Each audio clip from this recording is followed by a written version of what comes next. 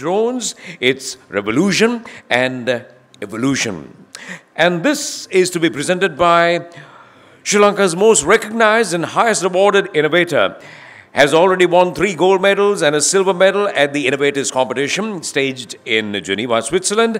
He starts his career in 1990 by winning the National Inventors title and also winning the title again in 2012.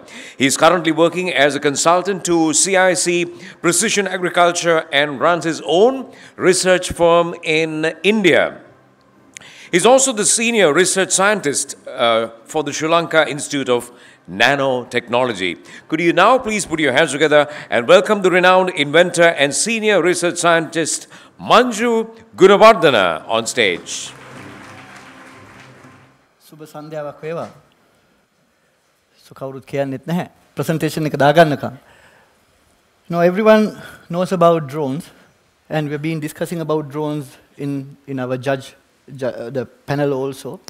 It's a very dynamic subject in the current context. We are talking about drones, we manufacture drones, we do coding for drones, and we have the pioneering person in this country for drone development, Professor Munasinghe from University of Moratuwa. My subject is not producing drones. What I am trying to do is to put drones at work. That is the most important thing we are talking about when it comes to sustainability, as well as how to take this country into another level with appropriate technology. Okay. The drone business is very big, as we know. If you can remember, year 2001, 2002 era, drones were not in our Google search engines in that much. UAV was there. We've been using UAVs for various applications, especially for military applications. And it was not in our reach. It was very expensive. We used to look at them in TV programs, in action movies, and in Sri Lanka Air Force applications and operations.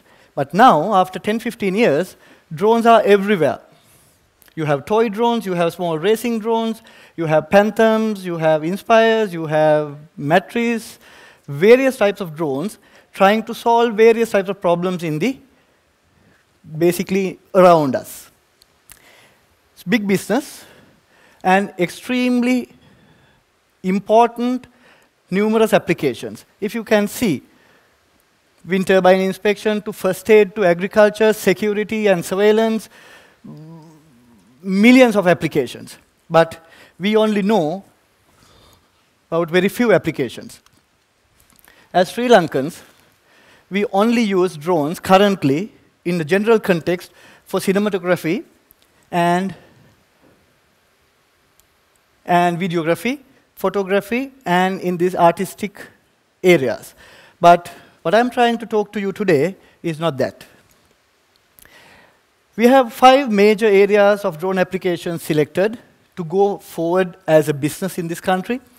One is drone service providership. We are not going to do that due to a couple of regulatory problems. Then agriculture, my area now, that is my pet area, and I'm focusing more into that area. Surveying and mapping, you can see what we have done in very critical instances in this country. Construction and education. These two are not that prominent. We don't work in that, but those are the areas that we really want to put our fingers into. Okay, let's see the practical applications and the very critical things we have done with drones. The day-to-day drones now actually solving mission-critical, life-saving, and demanding applications. You can remember 2017, this year, last month, 14th, noon, this happened in Sri Lanka. We were talking about solid waste management, we were talking about garbage dumps, how to manage garbage, how to do various things about garbage, but this problem happened. Okay, now this is a problem. So, battery is going, but my battery is still there, but I'll talk now. Let's talk about it. This Meethotamula problem happened. I'll try to talk a little bit more about it. So this Meethotamula problem is not just an avalanche. People think that Kunu Kanda Kadagina Geval Udata Vatuna Geval Yatauna. No, it didn't happen. It was not the phenomenon happened in this Kunu Kanda.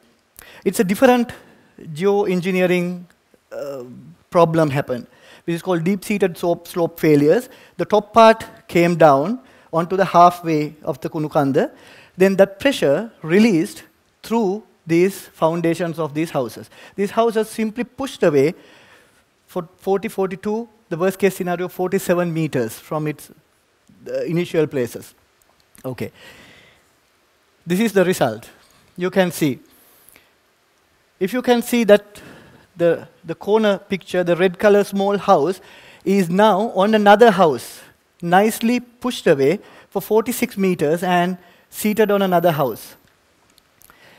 Then what we have done is, this is a simple thing. We flew drones, and these drone operations are 100% autonomous. We have no joysticks, we don't do anything. We demarcate our flight plans, we decide our flight altitudes, wind direction. According to the wind direction, we decide our flight paths. We decide on our payloads. It is not only RGB camera we are talking about. We have various types of payloads. We started flying on the Metotamulla dump and started. We wanted to understand the setting first because we were not in a position to go. Gamme minisu gahanna enna patan gatta. Then we wanted to go see it from the aerial perspective and to understand the damage first. We, in the sense, I worked with the three forces, especially with the army engineers, and the commandos. We were not in a position to go because people were not that happy for us to come. They were rioting. We get to go into this level and started getting these pictures. Those are geotagged, high-resolution images. Then, with 120, 125 images nicely put together, this is a very first geo-referenced orthomosaic image we created. This is one step ahead from a general photography. This image got a complete geo-referenced data. Each and every pixel got a different GPS location, and the accuracies are in the level of 1 to 2 centimeters because we were using special techniques like real-time kinematics on our aircrafts. And this is the setup. We flew, collected in all the images, put images together, and came up with that particular full image. With that image, we started gathering information. With that image, the entire rescue teams started taking decisions. Then we came up, this is a digital elevation model with the altitude. Now, with this data set, now from here onwards, it's not a picture or an image, those are data we are talking about. With this data, we are in a position to create contour maps with 20 to 25 centimeter contour intervals, which is an impossible task for general land surveyors to do. With that, we started seeing the real altitudes, the gradients, and the danger areas. You can see how it evolves. This is on the 15th. Then we changed the sensor from general RGB sensor into a multispectral imager, started getting a different set of data, which is the invisible part of it. We started measuring near-infrared coming from as a reflectance from the garbage dump, and we started measuring the wetness of the garbage pit on the surface.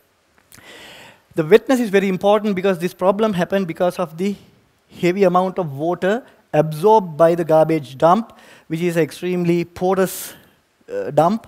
Once you get too much of water, the hydrostatic pressure created, and the entire problem happens with this. Then we wanted to see the water retention in the garbage dump.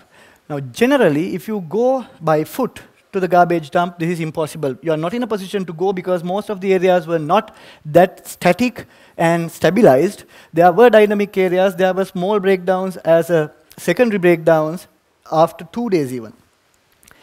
Those are the drones we used. We used a Mavic Pro for the first time for an industrial mission, but not the Mavic Pro camera. We installed this Parrot multispectral imager with red edge and near-infrared spectral bands. These two spectral bands can come up with different indices where we can measure the amount of water. or the wetness. We are using them in agriculture, but we simply use these agriculture drones and agriculture sensor packs to get the wetness on the garbage dump. This is a simple calculation. We are using Pix4D, which is a renowned and one of the best in the world type Swiss software, to evaluate or to calculate various types of indices in order to take decisions. Then we have developed this 3D model of the dump. Then people started seeing the reality of the problem. 20 years ago, the municipality council wanted government to give only 2 acres to dump. Today it is more than 18 hectares of garbage, evolved in that aspect also. Then the first time the Sri Lankans started seeing this problem as a real problem. As you can see, it is 48.8 meters the crown, the topmost place. Right? Colombo Kunu apita epa kiyala kaya gahana minissu. These people simply took the entire Colombo Kunu and ended up with this. You should understand that also. This is the other perspective. And you can see, this is not working, I'm very sorry. The small brown color patch on your right-hand side near the breakage point. And that's a very unique place. With all the technologies and the available sensors, we have detected an underground pond inside the garbage dump underneath of that small brown color patch. And we have then a couple of experts came from the World Bank. They were seriously appreciating our work because we detected that area with an excessive amount of water under the surface, and there's a breakage possibility from that end. Then, as you know, we got contours, then we measured the entire amount of garbage basically on the above the ground level. It was somewhere around 1 million meter cubes of garbage. Then the Honorable President of this country gave a promise to take this garbage dump from Mitotamullu to another place, but we simply showed him that it's not a very simple task to take this 1 million meter cubes to another place. And it is 1 million meter cubes of garbage over the ground and another 2.3 million meter cubes of garbage underneath of that, because it is generally plus or minus 16 meters deep peat layer underneath of this, because it was a paddy field, right? Semi-decomposed and non-decomposed garbage is now nicely trapped inside this peat layer, and it's something like a very viscous slurry underneath. So you're not in a position to take them out and get this land cleared. Then those are simple techniques, not simple techniques, those are simple to us because these people develop these softwares. This is a very simple technique. Once we have the gradient and the digital elevation models to calculate the amount of the volume of the pile and the amount of whatever the material over the ground level. Then we calculated now these. While we were doing this, the World Bank experts came with 2 geoscientists and 1 garbage dump expert. And he got experience of 30, 35 years in garbage dumps around the world. And they did a couple of calculations. I'll show you those calculations. And they came to a conclusion that if you really cut down the height of this pile down to 25 to 28 meters, you can stabilize the dump without facing any other secondary collapses. So to simply reduce that height down to 25 meters, you'll have to remove 84,000 meter cubes, which is not a very big problem because you don't have to take it from this point to another point. You can simply level it around the same dump area and stabilize it in that way. So we started getting the cross sections. Those are very simple things I wanted to tell you. I mean, the real idea of this presentation is not to show you the garbage dump or talk about the garbage dump, but this is a simple but extremely important operation of a drone. The platform is very vital for us to take decisions and save people. Then this is one of the contour maps we've developed. And peak was 48 meters. And soon after 2 to 3 days or 4 days, it was somewhere around 47.88 meters. That means it's still going down. So then this is another very important thing we have done with the Building Research Institute people, we didn't have any clue about the original places these houses were. Then we took a 2016 December satellite image and superimposed it with our the georeferenced auto, and we have seen these houses. You can see these pink color blocks. Those are digitized houses. They were somewhere there, but now they are 40, 45, 46 meters away from the original place. That is the drift, and with this data, Army started digging the correct place, because they were not in a position to, because it's a very new scenario in the country. These deep-seated failures are not very common in this country. People can't understand how it happens. It's simply a push. And house is there, but we were clueless about the people, whether they are inside the house or at the original place. So we started digging these areas, and we somehow got 32 full bodies and a leg. So those are the cracks we started observing. This is a very important thing now. When it comes to a continuous monitoring with drones, this is the 15th of April image, and this is the same place, 18th of April. You can see the activity. This garbage dump is still active, right? So this is the wet patch I was talking about. We were measuring the wet patch continuously. Then we put another payload, which is a FLIR, which is a FLIR camera, can go into an Inspire, and we started getting these images. Those images are showing the temperature variations or the heat patches on the dump. That shows you the anaerobic reactions underneath of the dump. And we can correlate that into a methane production as well. So we started getting these critical areas, high temperature.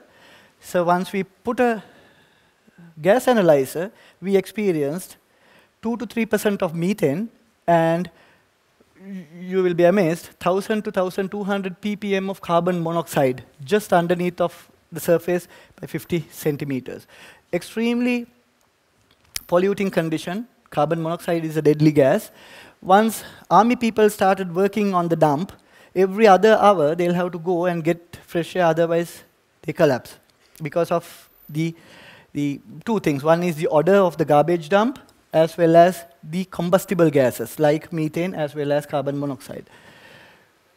So with the same data set, we shared the data set with the World Bank experts. They started taking decisions with the data set we provided.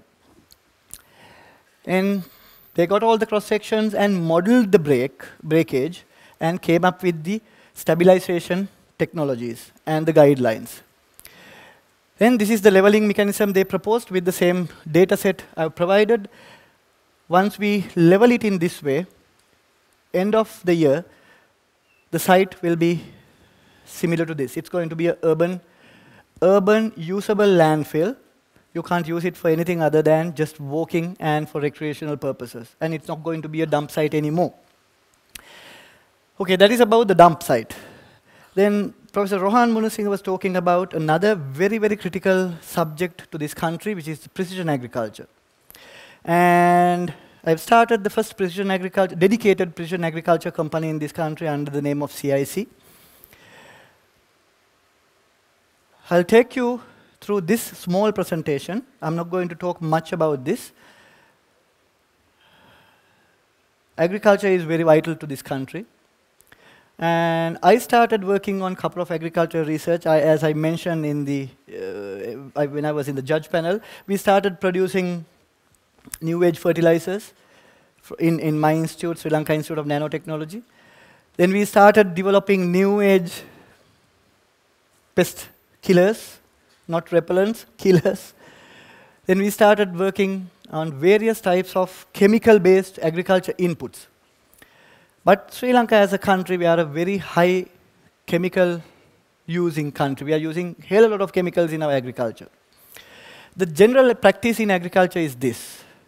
Farmer in the morning, whether you are a small-scale farmer or a large-scale commercial farmer, we used to go to our field. We start observations. We simply go. In our all generation farmers, අපේ පාරම්පරික ගෝයෝ ගස් එක්ක කතා කරනවා කියලා එකක් කෙරුවා. ඒගොල්ලෝ උදේට ගිහිල්ලා ගස් ඉස්සරහට ගිහිල්ලා මේ ගස් අත ගෑවා. ඒ ගස් අත ගෑවේ not for observation purposes. They had another way of talking to trees and plants. We are not advanced enough to understand that relationship. Most of us, once we learn a little bit of science, technology and engineering, we think it is some nonsense, but it worked. But here, we started going to our farm, started looking at them, just to see whether we have pest attacks started, deficiencies, color variations, the visual part of it. And it's very cumbersome in commercial agriculture setup, because it is a manual observation, it's very slow. It depends. The output and the decision depends on the color blindness or the age of the person. And it's costly and destructive. Most of the times, if it is paddy, when you go inside the paddy field, it's basically a destructive scenario. Then once we realized that there are some variations, we started measuring the variation.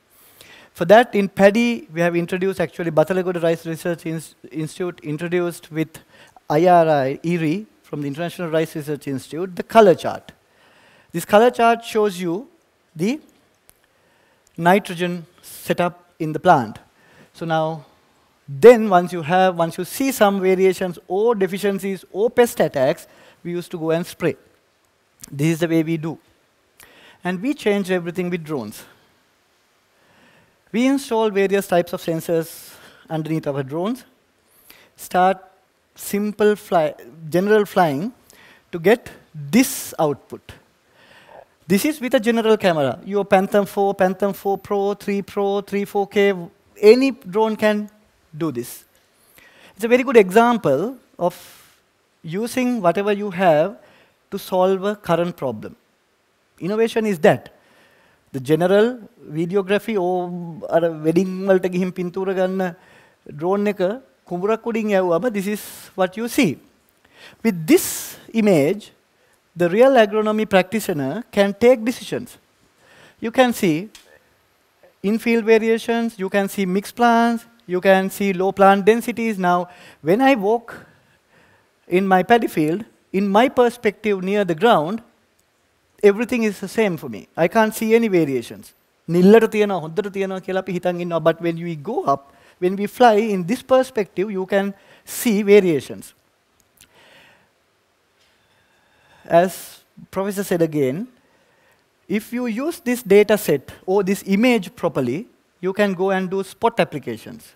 Imagine you fly your drone, see these variations, go to the place and see. Then you are in a position to apply whatever the agrochemical or, I'm sorry for the word, fertilizer or whatever onto the problem areas, not everywhere. With that, you cut down the input. Cutting down inputs is cutting down the cost. Cutting down the cost of production reduction is basically the reduction of the end user price. You and me is going to get cheaper food. Then we go into another level. We go into multispectral cameras, and we get these images. We have I'm pretty sure that you're aware of these things, NDVI, Normalized Differential Vegetative Index. It's the difference between red and the ratio between red and near infrared. With that data, we can exactly measure the chlorophyll activity. And all the other chlorophyll-related data sets can be derived with this data set we are collecting. There are various other multispectral cameras. It's not important here. We put the multispectral camera inside the drone or underneath of the drone. We fly, get the data set, we come up with this. Then you can see weeds separately, high vigor area. The same image I'm showing you now. The RGB image is now showing you another set of data where you can simply go and take decisions. You can see mixed plants, weeds. And you can identify deficiencies somewhere here. No cultivation or plantless or extremely low density areas. We can forget about it. You don't have to fertilize anymore in these areas because you're not going to get anything end of the crop season. And high vigor areas, you need that. Then what we do, is this. We have this drone. We can take that particular image, convert it into a statistically relevant shapefile in ArcGIS platform. We can upload that shapefile into this, and it will look something like this. Then this drone will simply go up, go and spray according to the need. It won't spray anything into the green area because you have sufficient the fertigation or fertilization there, or the nutrients. It will spray lesser amount of inputs into the yellow area according to the need, and no spraying in the red area because it is no point spraying. And here is another important thing. Once we fly, we can differentiate your crop and the weed. Once we spot the weed, you don't have to spray weed killers everywhere. You go and either do manual weeding, you can simply take it out, or do selective weedicide applications only onto this point. And our experience is basically when it comes to paddy in our farms, we save at least 60 to 65% of broad spectrum weed killers with this technique. Then after the Kunukanda problem, people were little reluctant to go on the Kunukanda because it was simply shaky, and it is not advisable for people to go. Then I got this. This is a small engined version. This is not the exact thing, but I got an engined 1/5 model and put a stabilizer platform, Osmo DJI, and we started sending that everywhere on the Kunukanda to get images and to take decisions. Because now, on top of the garbage dump, daily there are openings creating. So we should measure these openings. So those are the things I have. This is the size I just put. We simply do that. When the nozzle breaks, go underneath of that and create. So I must thank for these people, Pix4D. They are doing a wonderful job in Drone Sphere. Pix4D is one of the best softwares for anyone to use. You have cloud version as well as you have the standalone version. Anyone who got a drone can start working on these things. It is not a rocket science. You download Pix4D, plan your mission, fly your drone, get your data, and simply put data into place and see the variations. You will start seeing a different world. Right? End of the day, this is it. What I really wanted to tell you is these small, tiny drones, 200, 250,000 rupee drone, can solve millions of problems we faced in our daily lives. Right? Mapping is not a very prominent thing in this country because we don't do much mapping, but agriculture, disaster response, archaeological surveys, because once you go up, you start seeing a different setup. We have that experience near Sigiriya. We have that experience near Anuradhapura, some areas, when archaeologists and the people who work in that area, I mean in that particular field, seeing these images, they are amazed. They say, we can take various different decisions now because the perspective is different. You can see something very different. So perspective always, the altitude and the perspective always gives you another area to think about. That's it. Millions of applications. With the simplest drone you have, it is not the complexity. I'll take another 1 minute to discuss about that particular thing. Now, when we judge, I can see thousands of young innovators, entrepreneurs, developers. I have now, we are old people, I have 27 years of experience in this subject, doing something new every day. That is my job. 15 years ago, when I start something, I was simply think in the same way. මේකට මොනවා හරි කෑලි වැඩිපුර අමුණලා ලොකුවට හදපු ගමන් තමයි මේක හොඳ. So unnecessary complexity is very bad. Then your reliability goes down. Then your cost goes up. Then the affordability goes down. And especially once you develop something and when you sell it to the end user, the serviceability problems goes up. So if you reduce your complexity in your design, whatever it is, if it is, whether it is a code or a hardware design or a service even.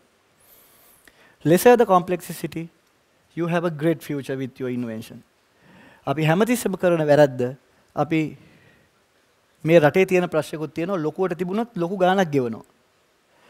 ලොකුවට තිබුණොත් ලොකු ගාණක් ගෙවල හින්දා මේ පොඩියට හදන්න පුළුවන් එකත් ලොකුවට හදනවා because the buyer is not that tech savvy or buyer is not that මොකක්ද ඒකට කියන්නේ? solution එකට වැඩිය ඕනේ show එකනේ.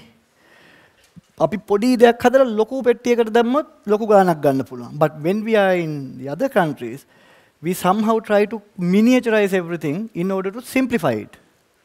I think the last thing is, don't try to complex unnecessarily things, and you should try to understand your important point of your entire scenario. Now, we always mislead. හොද්දට මේ දිලිසෙන්න තියෙන එක හොඳට තියෙද්දී අපි නිකන් වටේ ඒවා ගිහිල්ලා පිච් කරලා බලනවා මේක හරියයිද? No. You should understand the important proposition of your innovation. That is where the real success is. Thank you very much.